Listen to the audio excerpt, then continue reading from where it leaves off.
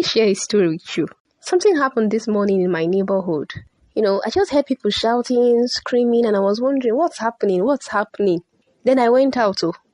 You won't believe it. So my neighbor had broken the woman's goat leg. What happened? And the man was already shouting. Why would he break the goat's leg? Is that not the height of wickedness? And I was like, madam, calm down first. Now, what happened? So trying to just get into the whole picture, the whole thing, and understand the story. And then the woman said that the goat is always entering her compound to come and eat her plants. And when it comes to eat her plant, the goat will now poo everywhere. When the goat poos everywhere, it's hard to not be left to be doing all the packing and all of that. And so, every time the goat comes, she will drive the goats. Anytime the goat comes, she will drive the goats. Today, it was too much for her. So she decided to break the leg of the goat. That was what caused the whole ruckus, and then there was shout everywhere, and everybody were just shouting and screaming. You cannot just imagine, and I was like, really?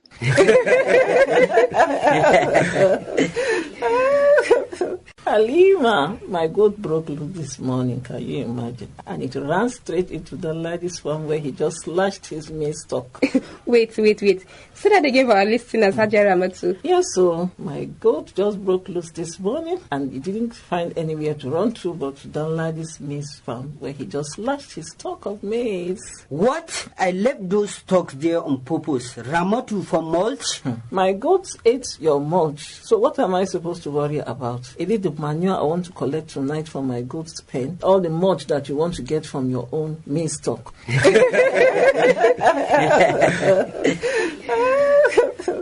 Thank you for joining us on NAERLS Smart Farmers Corner on the NAERLS Farming Smart channel. And this morning's side talk has just already handed us today's big lesson without anyone planning for it. Understand the soil, feed the soil, sustain the harvest, and secure the future. Stay with us. By the end of this program, you will understand exactly why Ramatu goats may have done Danladi a favor.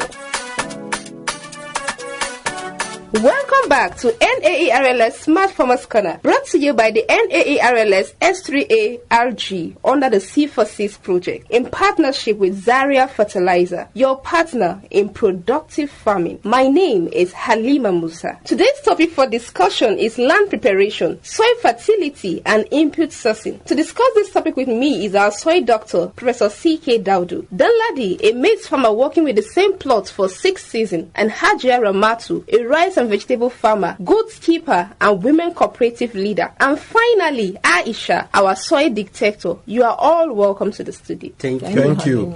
Before we go further, one rule for today. If you have limited resources to invest in farm input this week, this episode is for you. And if you have money for inputs, this episode will stop you from wasting it. Understand the soil, feed the soil, sustain the harvest, and secure the future. Prof, what's the one most important thing to note with regard to our topic today? The most important thing to note with regards to land preparation, soil fertility, and input sourcing is integrated soil fertility management, which is also known as ISFM. So there are 4 steps involved. First, you diagnose. You diagnose or you examine. You read what the soil is telling you. Second, you build organic matter using what's already on the field. Third, you top up with fertilizer. In this, you need to consider the right product at the right rate at the right time. Fourth, you watch your pH, which is also the level of acidity or alkalinity of your soil, because it decides whether everything else even works. Today, we will walk through all 4, starting with step 1, which costs nothing.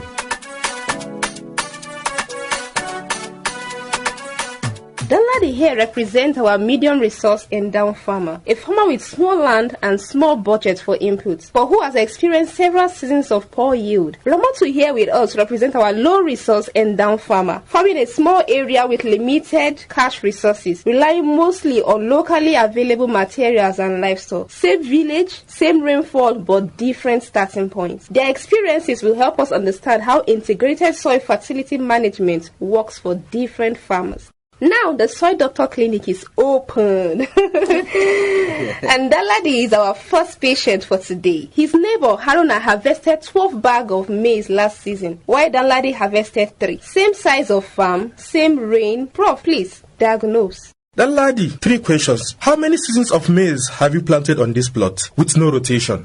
6, Prof. Did you test your soil before buying fertilizer last season? No, I bought what other farmers were buying, sir. And your crop residues after harvest? I burn them every season. 6 years of extracting nutrients without returning anything. 6 years of burning the food your soil needed. And 6 years of buying fertilizer for a problem nobody examined. Rashin shiri na kashe amfanin gona, which also means lack of preparation kills the harvest. That's the examination we need before we even discuss fertilizer brands or plowing dates. Now, to Danladi and Ramotu, what comes before fertilizer? Examination. Examination. And before examination, observation, which costs nothing. Our next focus is discussion. I asked you to come with some sample from your farm, right? Yes. But before we go into that, Ramatu, you have heard of Badia's farm in Giwa community, right? Everyone has. 2 seasons ago, she harvested 4 bags of maize on half a hectare of land with a family struggle. Last season, she harvested 9 bags on the same land using the same input and the same rainfall. She did exactly what we are about to do with the lady. Understand the soil first, because it actually talks to us. The Hausa say, Idan Badia ta iya, kowa zai iya, which means if Badia can, anyone can. Let's look at the soil sample. Now that we understand that soil talks to us, but we don't just listen to it, what are some of the 4 signs and challenges to limited resource farmers? For the 4 signs with limited resources,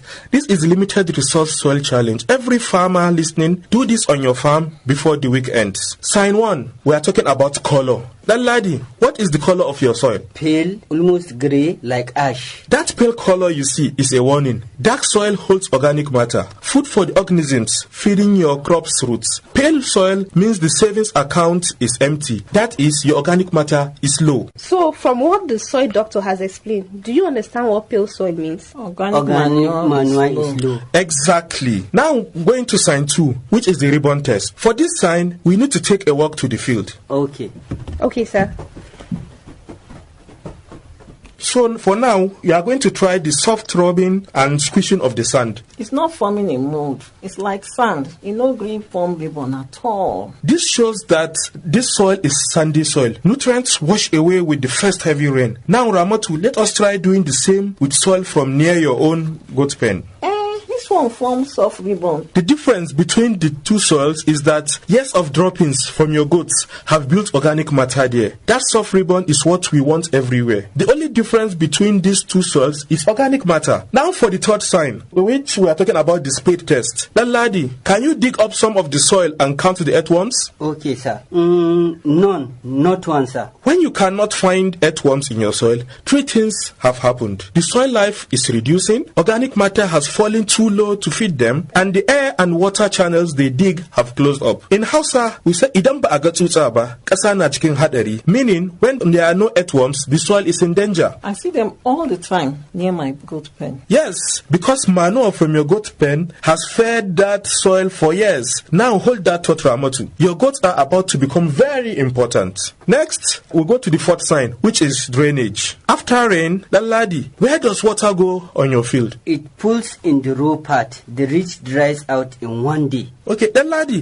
that is a classic sign of hard pan. A hard pan is a hard layer beneath the soil surface. What's interesting about that is that hard pan tells us 2 stories at the same time. It tells us about the condition of the soil and about years of land preparation practices. When land is repeatedly plowed deeply while wet, the soil becomes compacted underneath. Roots struggle to pass through it, water gets trapped or runs off, and fertilizer becomes less effective. That's why the solution begins before fertilizer and even before planting. It starts with preparing your land the right way. If you are listening to us or you just joined us, we are discussing land preparation, soil fertility, and input sourcing. Here's a recap of the examination and treatment by our soil doctor, Professor C.K. Daudu. 4 signs to look out for with limited resource: soil color, ribbon test, earthworm, drainage, your free laboratory, which is sign 4. Just open the door to our next subject. Over to you, our soil doctor. Thank you, Halima. So, as I mentioned earlier about hard pan, when water stays in one part of the field after rain, while other parts dry very quickly, it often means there is a hard pan beneath the soil surface. It is a compacted layer of soil usually formed after repeated deep plowing when the soil is wet. Your roots cannot penetrate it easily, water cannot move properly through it, and nutrients become less available to crops. So, plowing early, right after the first rain, to get ahead of the season was a a mistake? Yes, that was the mistake. 3 rules fix it. Starting from this dry season. Rule 1. When? Prepare before the rains while your soil is still firm, not wet. Organic matter decomposes ahead of planting and exposed weed seeds die in the sun. No herbicide is needed. Farmers who wait for rain to soften the ground are always rushing, always plowing wet, and that is exactly how hard pan forms. Rule 2. Your how. Minimum disturbance. Manomi mai wayo baya damun kasa fiye da yadda ya kamata. Meaning the wise farmer doesn't disturb the soil more than necessary. There are 2 ways to prepare your land. The traditional method is to plow the entire field deeply. The smarter method is minimum tillage, where only the planting rows or planting basins are prepared. Planting basins are small holes dug only where seeds will be planted. This saves you labor, conserves the soil moisture, protects beneficial soil organisms, and improves your fertilizer efficiency. It holds water too. Exactly. It captures rain right where roots need it, instead of pulling on a compacted ridge. Less labor, more moisture, healthier roots. Clear only your planting rows and basins and leave the rest undisturbed. Rule 3. Your residues. Never leave your soil bare while preparing it. Incorporate mulch cover. A bare field hit by the first heavy rain loses its finest, most nutrient-rich particles within minutes. We are about to see exactly what that means for Ramatu and Alladi. 6 seasons I plowed deep on wet soil. 6 seasons building this hard pan with my own hands. And it stops now. Basins and minimum tillage from this dry season forward. The soil can recover, but only if land preparation changes first. Everything else today builds on this. In summary, land preparation means disturb your soil less and never leave it bare. Now, Ramatu, your stock are still standing. Let's talk about exactly what never leave it bare means for you. I know some farmers burn their stock on the farm instead of leaving them on the farm to decompose and add organic matter to the farm. My crop residues are still on the field from last season, and I was planning to burn them. It looked faster and less stressful for me. After my goats helped themselves to Danladi's stock this morning, I am thinking if I leave my residues on my field, some wandering animals might finish them before they can be useful to me. So burning them seems like the easiest option for me. Before you strike that match, follow this. Your goat ate Danladi's stocks. Where will those stocks be in 3 hours? My goats pen as manure. So, your goat didn't steal Danladi's fertilizer. They moved it from his field to your pen, where you can compost it and return it to your own soil. Nothing leaves a healthy farm as waste. Everything becomes an input somewhere. My goats are my extension agents. Hajia, your goats have better farming sense than both of us combined. Wow. And please, put that matchbox down. Burning destroys 3 things in 60 seconds that take 2 years for you to repair. It kills the soil organisms living in those stalks. It destroys organic matter that makes soil crumbles like bread instead of hard like stone. The same organic matter that prevents the hard pan we just discussed. And it exposes bare topsoil to harmattan wind. So your finest, most nutrient-rich particles simply blow away. You go see say your best soil they fly come out from your farm, and now you they help them go by burning. In clear terms, the integrated soil fertility management practices are 1. Mulching, which means covering your topsoil layer with grass, mulching materials, or other residues. Slash residues, spread, cover with a thin layer of soil so goats can't dig them up. 2. Compost. This is the use of organic waste, well decomposed for soil nutrient amendments. Materials such as your kitchen waste, your goat and chicken droppings, your dry leaves can be used in preparing compost. To make it, pile, moisten, and turn your materials every 2 weeks. In 6 to 8 weeks, you have your free fertilizer. Taki na gargajiya ya fi na zamani. Home manure surpasses market fertilizer. Number 3, you have your legumes. Use leguminous crops like cowpea, soybean, or your groundnut in crop rotation, mixed cropping, and even as cover crop to add free nitrogen to your soil, and it also gives you free food. Number 4 is planting basins. This is the same basins we just talked about, compost concentrated inside. And lastly, microdosing, which means applying a very small amount of fertilizer directly where the plant can use it the most effectively. Usually, a 3-finger pinch is placed close to the planting hole or basin, but a little far away from the roots of your plant because it can lead to burning of your crop. This method reduces waste, allows farmers with limited resources to benefit from even small quantities of fertilizer. That is, if fertilizer is available,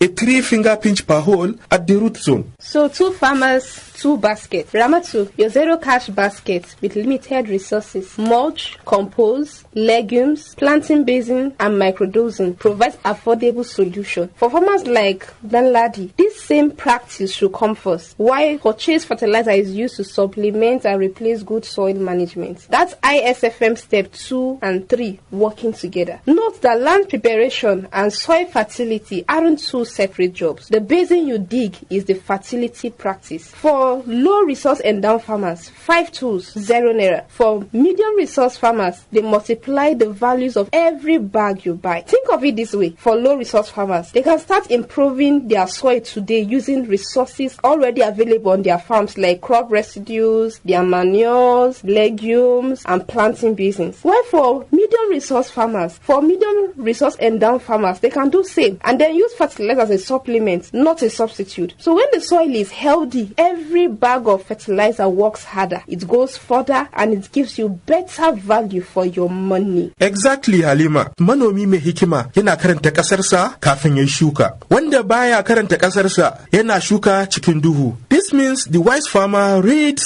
his soil before planting. Whoever does not read the soil plants in darkness. Before we go further into our discussion, here is one question for you, Danladi. If someone handed you 30,000 naira right now for this planting season, what will you buy first? Fertilizer. That's always been the first thing. After everything we just discussed? No, I'm not sure. My soil has not organic matter, no earthworms, and that hard pan. If I put 30,000 naira of fertilizer on that soil today, you'd repeat exact 6-season mistake. Sometimes the smartest fertilizer decision is not buying the fertilizer first. Your first 30,000 naira might be better spent as action. Basins dug, compost started, residues kept instead of being burned. Whatever's left then goes to your fertilizer and goes further because the kitchen is finally working. So management itself is an input. Of course, and the most important one for a farmer like you. Hold that thought, because now we've earned the right to talk about what to buy and how. We have covered ISFM step 1 and 2, examine and build organic matter. Now step 3, topping up with fertilizer, and a preview of step 4. Daladi, has fertilizer ever failed to perform for you? Yes,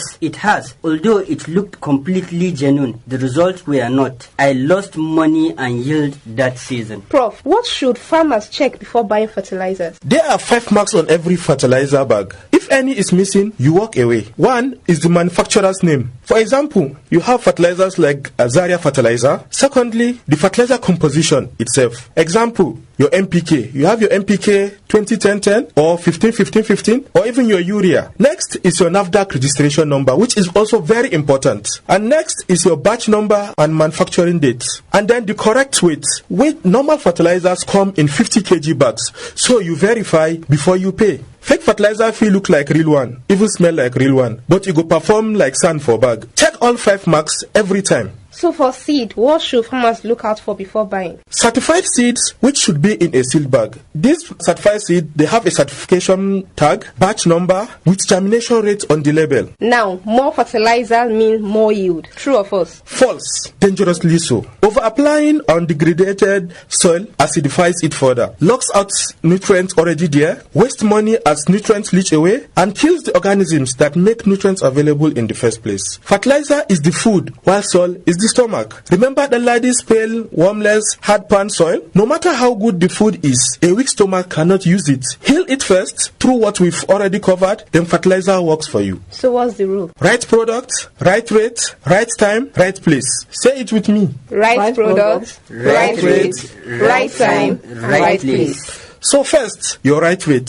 Your right rate depends on you. For high resource endowed farmers, conduct soil test first. If the soil has high phosphorus and potassium, skip it and save your money. For medium resource endowed farmers like the lady, you split your fertilizer, apply half at planting and the other half 3 weeks after germination when the rains are steady. Never broadcast on dry soil. For low resource endowed farmers like Ramatu, you microdose, 3-finger pinch into the basin. So if I improve my soil first with compost, manure and basin, then apply small on top, can I really beat a wealthier farmer like Danladi? If his soil has no organic matter and yours does, yes, your pinch outperforms his 2 bags because your stomach is working.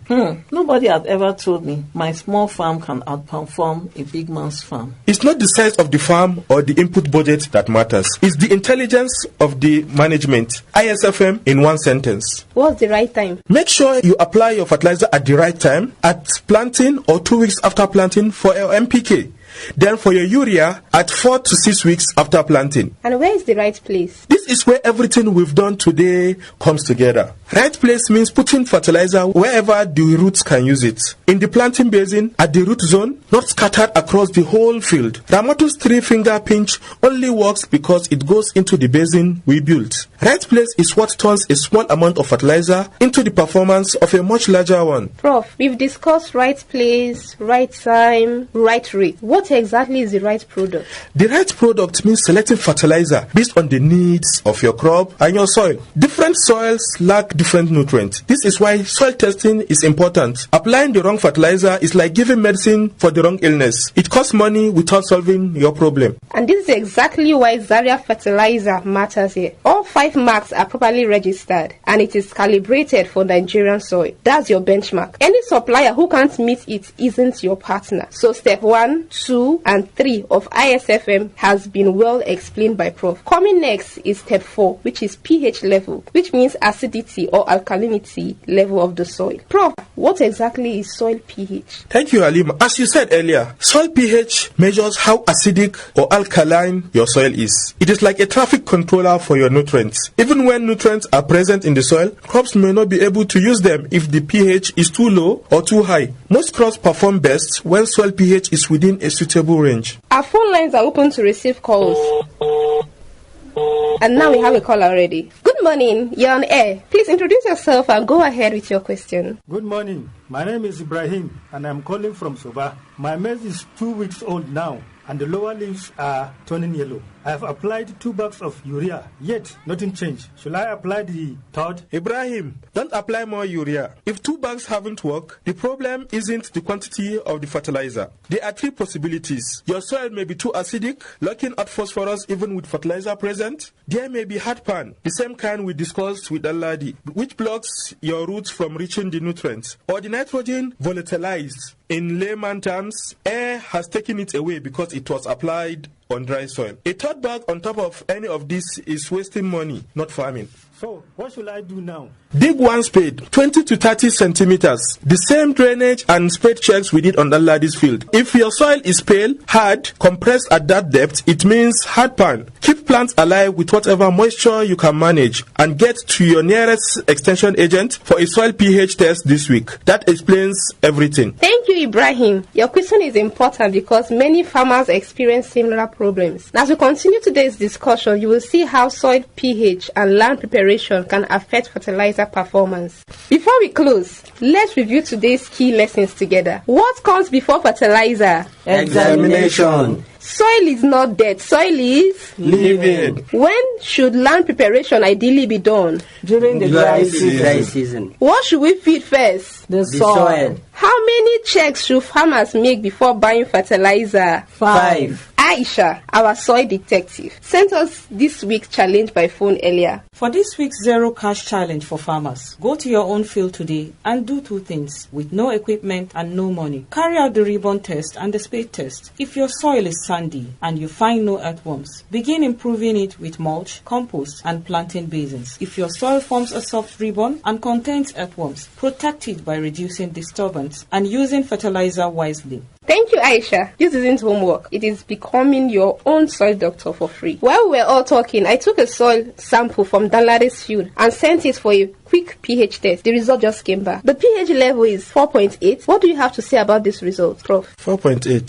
Strongly acidic. Below 5.5, phosphorus locks itself in the soil. It's there, but roots can't reach it. Every bag of fertilizer the lady has applied for the past 6 seasons, that phosphorus has been sitting useless under the soil, while his crop starved above it. And the lady, this also explains why hard pan formed so easily. Acidic, biologically dead soil compacts far more readily than living soil. For 6 seasons, my wife's fabric money, my son's school fees, all spent on fertilizer that couldn't work. On land, I kept preparing the wrong way. Danladi, that's not the end of your story. That's the beginning of the solution. And Danladi's farm is not unique. Across Kaduna, Katsina, Sokoto, Kebbi, and beyond, many farms may carry this same hidden problem, including that of Ibrahim in Soba. pH is the invisible ruler. Step 4 of ISFM. It governs whether fertilizer works, whether nutrients are absorbed, whether earthworms survive, whether soil compacts into hard pan, and whether life returns to tired soil. Next week, we shall be looking at the topic, the invisible ruler, understanding soil pH and why it governs your harvest. We will show you exactly what 4.8 means and what it's been quietly doing to Danladi's crop and land, and one simple, low-cost step that could unlock fertility trapped in millions of farms across the north. Soil detective challenge for next week. What single number do you think controls whether your fertilizer works or is wasted? We will reveal the answer next week. Our slogan, say it loud enough for your neighbor to hear. Understand the soil, feed the soil, sustain the harvest, and secure the future. Can you say that again? Understand the soil, feed the soil, sustain the harvest, and secure the future. And this brings us to the end of our program for today. Brought to you by the Zaria Fertilizer, your partner in productive farming, in collaboration with NAARLS. For enquiries, call 080-3715-4428. Noma da Hikima, Giribi de Yalua. Farm with wisdom, harvest with abundance. Say Marco Mezua. Until next week, it's bye for now.